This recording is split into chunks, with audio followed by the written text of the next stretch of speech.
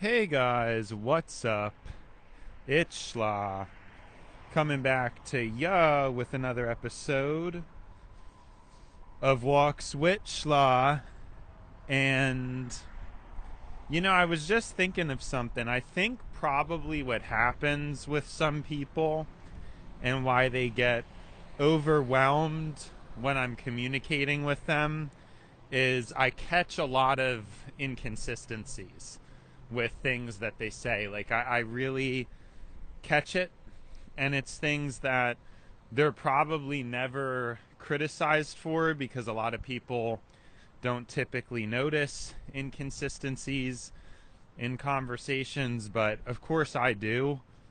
It's kind of like the main thing that I do is my mind, it compares and it equalizes and it quantifies and it tries to evaluate things in that way.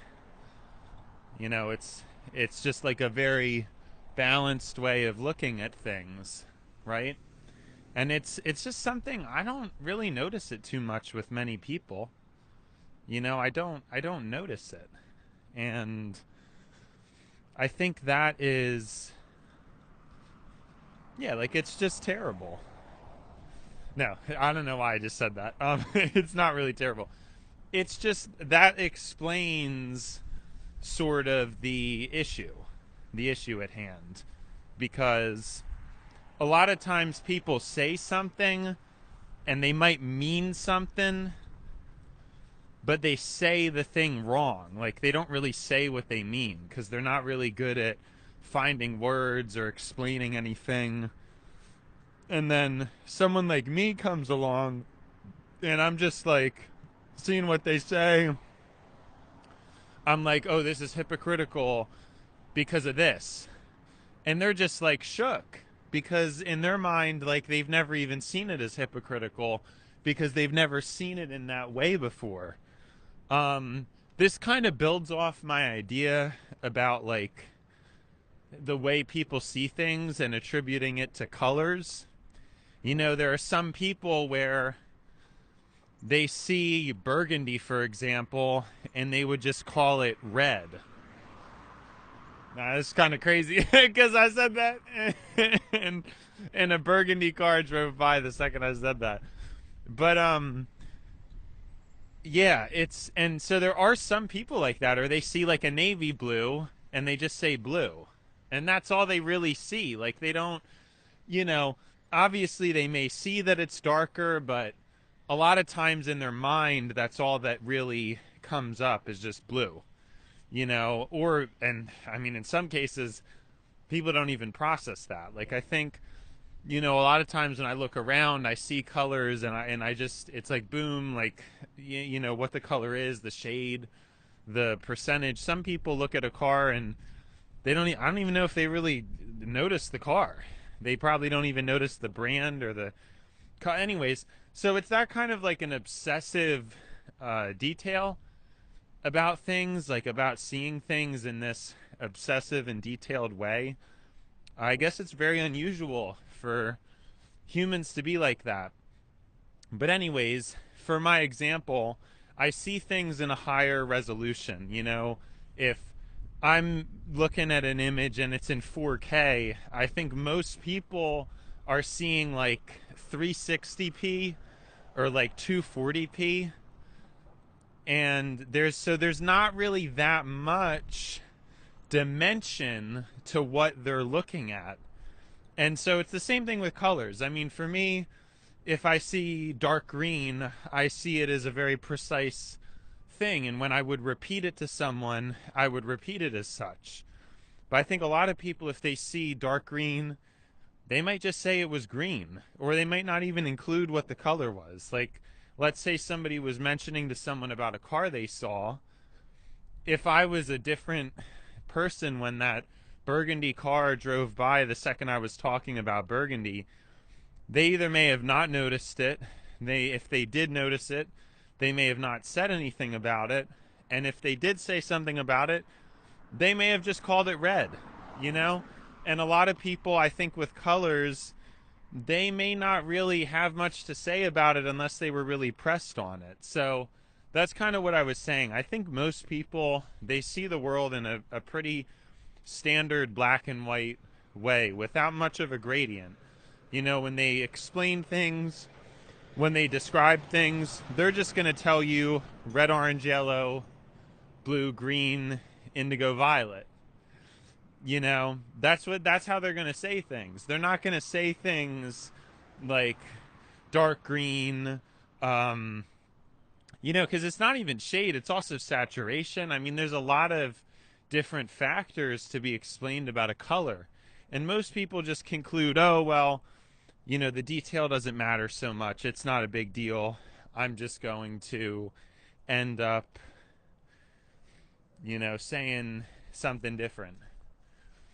So, or like just keeping things simple, you know, that's like what people, where people are typically at. And yeah, I don't really know what to say to that, honestly. It's just a little bit disappointing. I guess that's how I feel about it. It's a little bit disappointing for me, from my perspective. But that's basically what happens. And so people get offended. They claim that I'm making things up because they don't even understand. Like, it's like if I say a word that they don't know what the word means, and instead of admitting that or looking it up, they just don't read it properly and then claim that I'm stupid or that I'm making stuff up. Like, I think I've been put through that a lot. And it's the same thing with a color. Like, if I was referencing a color that's more uncommon, say chartreuse, when I'm explaining it, then nobody's going to know, like, they don't, that's meaningless to them. It doesn't mean anything. So if that's in the middle of a conversation and it has something to do with detail, they're not going to get it. I think the other problem is that, well, no, this is what I'm trying to say. I can observe what a person says or does, and I can see it with extra detail than even they can, than probably anybody else has ever mentioned to them. And that's why I'm labeled as judgmental, because it sticks out more because I notice so much. Like, if somebody's observant, I'm not really trying to be judgmental. It's just you observe things and you see things and you talk about what you observe.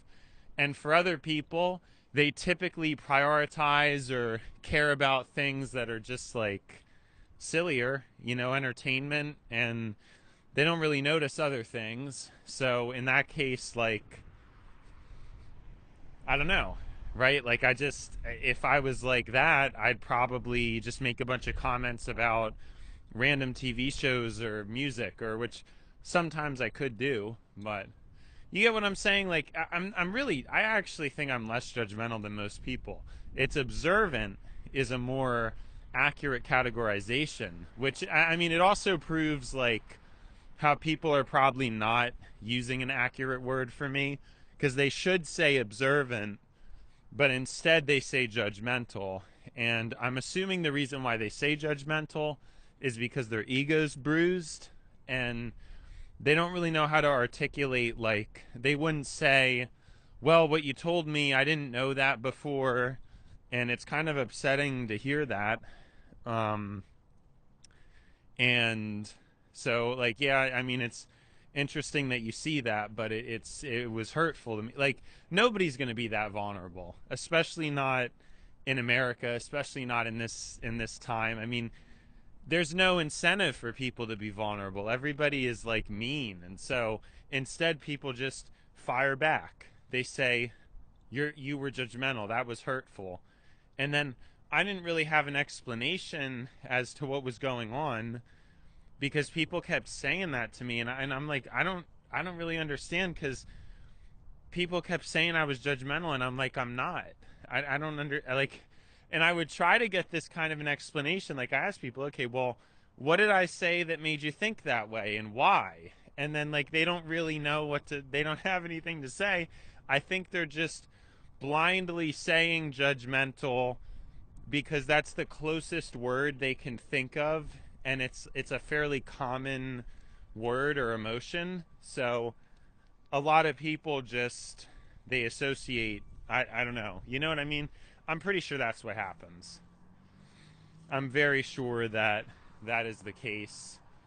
And yeah, I don't really know what else to mention or say that, but that is, I think that's pretty much, that pretty much explains it. And I just kind of figured it out. I mean, I didn't really just figure it out. Obviously, over time, I've thought and thought about this and tried to figure out what people meant or where they were coming from.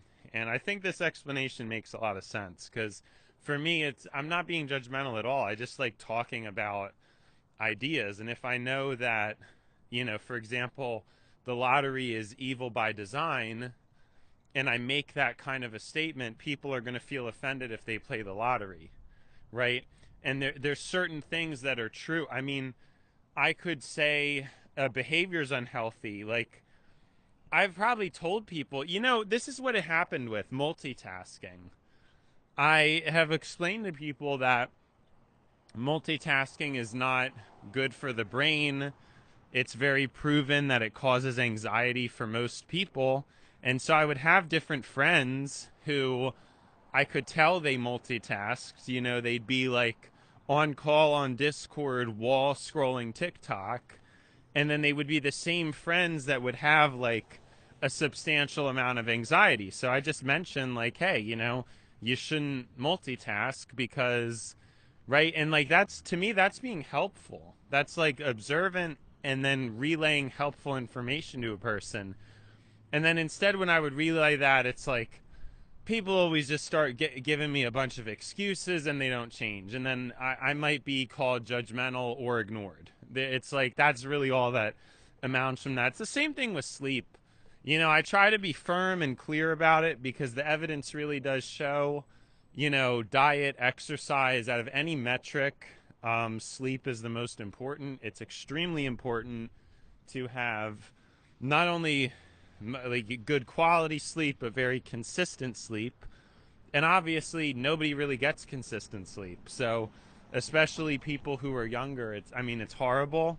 And that's having pretty profound effects and strain on the system because, first and foremost, if people have low energy, that's going to be a massive cost right there. But it definitely makes people's health worse, which means their mental health is going to be worse and they're going to have more of a strain on the system because maybe now they have to take medication that they wouldn't have had to take otherwise if they just slept properly. Because that's probably, again, if you had to pick a single issue to strike, it would be sleep.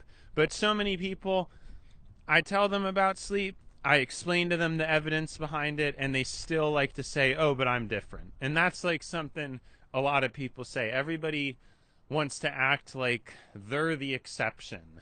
Oh, well, I'm really good with bad sleep. Like, I still feel fine. That's what everybody says. Everybody says that.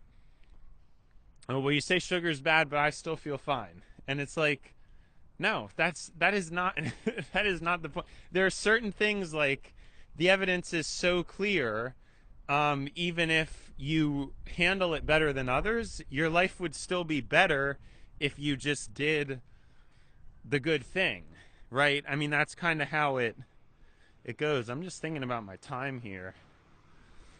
I guess I have 11 minutes and no, I guess that'll work out. Never mind.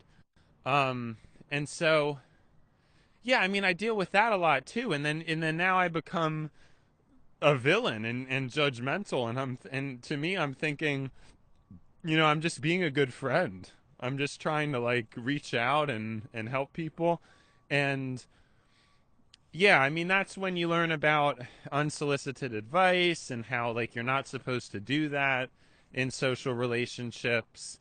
You're only supposed to give advice if the person asks, but that's just like a whole other issue that I have qualms with because that really doesn't make any sense. I mean, oftentimes, like some of the most important information you learn unsolicited. Like you're not asking for it, and it's actually like I don't understand. Like, can a child just not do what their parent tells them to do because their parent is giving them unsolicited orders, or like in school, people like, yeah, of course, people don't want to listen in school. Of course, a child doesn't want to listen to their parents, but does that mean that we just let that go? And then, I don't understand this whole like unsolicited advice thing. I mean, sure, it might work as like a thing to avoid if you're just trying to make like a friend for some kind of reason. Um, but I don't feel that it's that genuine, and I definitely don't think it has like a good effect on society. I think what we would need is more unsolicited advice, and for that to be a more normalized behavior. You would have like a society of people who, I mean, and obviously within limits. I think we've kind of established this before. If everything was piled on everybody all at once, it would be pretty overwhelming. And I understand there is like too much shame, or there's too much guilt. It's too much for people to really realize all the inefficiencies with their life and to move forward. But I do think the easiest way to do that would be to see a friendship as more of an accountability thing, or at least a hybrid. I think the way people see friends now is just simply people you have fun with. And I mean, that's a huge problem. That's not really the sole purpose of a friendship. And then that's why when beef happens or when things hit the fan, people just leave their friends. And it's pretty sad. It's pretty tragic that that really goes on. I don't know. It's crazy. I really I do believe that. Like it's not a good thing. And obviously that's fine to be an aspect of a friendship, is to have fun, but a lot of people, I just think they go too far with it. I really I pretty firmly believe that it's they are not really developing socially, a lot of people. And a lot of this is a result of all this like catering kind of behavior. I just don't, again, like if I look it up and it's like, oh well, don't give people unsolicited advice, because it's just more of this like competition and like manipulation kind of stuff that goes on, where it's like, in order for me to compete, in order to make friends, like I have to avoid not I have to avoid giving unsolicited advice, because like if I don't avoid the unsolicited advice, then somebody else is going to be able to outcompete me for the friend. You see what I mean? And it's like these like mind games. You have to like research people psychologically and what to say and what to do. And I just hate all of that stuff. I mean, I had briefly researched psychology a long time ago, and I guess I look into psychology even now, but not in that way. Like, I want to be, I would like to be genuine with people. I don't want to have to be like playing games to win people over, even if I probably have the cognitive ability to do so. Um, the truth is, I just don't like to lie, and so I get pretty uncomfortable about that. You know, I just don't. That's how I see it as. I just see it as like some kind of manipulation, and I get that there's something special there. Like if you're able to treat a person a specific way that really can strike a chord with them, and that there's kind of like a magic to that. But I still would rather just want to be able to be my true self. I don't want to have to play these games and like, if I know advice. And yeah, I mean, I guess that is the point of it is, I mean, it's just how subjective humans can be. That's really what it is. I mean, some people truly in their heart, they're just deeply hedonistic, and they see a friendship as like a tool for pleasure, and that's all they see. Like I just don't think they see really anything else, and it doesn't really matter how hard I could try or all the different ways I could explain it. I think some people you just can't get through to them, you know? But it's dangerous to think that way. As I said, I think that's how society kind of thinks. And there's a looseness with that, which is nice because there's forgiving, it's forgiving, but now over time there's a lot of accrued debt. And so now it's not really fair because there's a lot of people who have lived, and like I said, they lived through a population boom that wasn't sustainable, and we didn't save up enough resources for the present. So I think I've talked about this before, but there should have been more of a slower but consistent population growth instead of exponential. And in addition to that, there should have been, they should have taxed, if there was going to be an exponential, they should have realized that like they needed to tax a lot of money back then, so the government had like a buffer for now, because there would be eventually some kind of, you know, population reset or like fallback, because you can't keep exponential growth forever. Instead, during the peak of the time, they just keep like they kept lowering taxes and just creating more debt, and that it just doesn't add up. Like, it's not fair. And now like my generation is burdened with an immense amount of debt that keeps piling up, and then old people are getting what was promised to them in retirement, but it's getting taken out of my paycheck, and then I won't even have a retirement. I mean, that's just not right. So there has to be more of an organized and a gradual transition where people learn, yeah, retirement's not going to be a thing anymore. You have to get used to the idea of working, or at least saving, you know. But I mean, that's like a whole other issue with the economy. Most people can't even save right now, and there's other issues with that. It is also like a more business oriented economy as opposed to like a pension or a like a social welfare economy, and there's pros and cons to that. And that's like a whole other thing to get into that sadly I don't have the time for. So it's been schla, but now it's time to buy schla. So see you schla.